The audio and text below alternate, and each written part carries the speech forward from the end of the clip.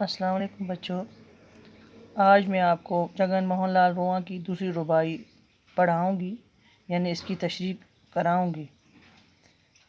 دوسری رباعی یہاں پہ ہے۔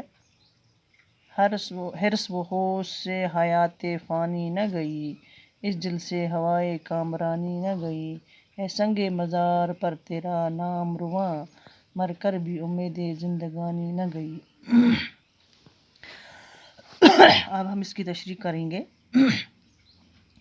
حرص و ہوش حیات فانی نہ گئی، اس دل سے ہوائے کامرانی نہ گئی۔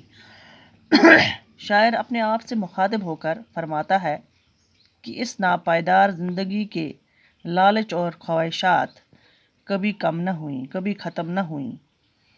دل سے کامیابیاں حاصل کرنے کی تمنائیں، دل سے چیزیں حاصل کرنے کی، زندگی کی عیش و عشرت حاصل کرنے کی تمنائیں، خواہشات کبھی ختم نہیں ہوئیں۔ شاعر اپنے آپ سے مخاطب ہو کر کہتا ہے سنگ مزار پر تیرا نام رواں، مر کر بھی امید زندگانی نہ گئی۔ شاعر یہاں پھر اپنے آپ سے مخاطب ہو کر کہتا ہے کہ اے رواں، مرنے کے بعد تمہاری قبر پر لگے پتھر پر تمہارا نام لکھا ہوا میں نے دیکھا۔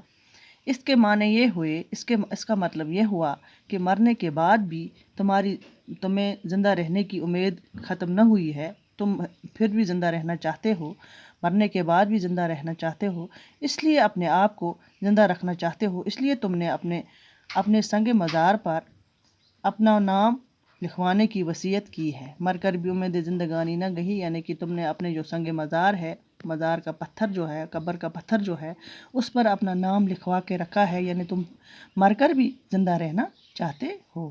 یہ اس رباعی کی تشریح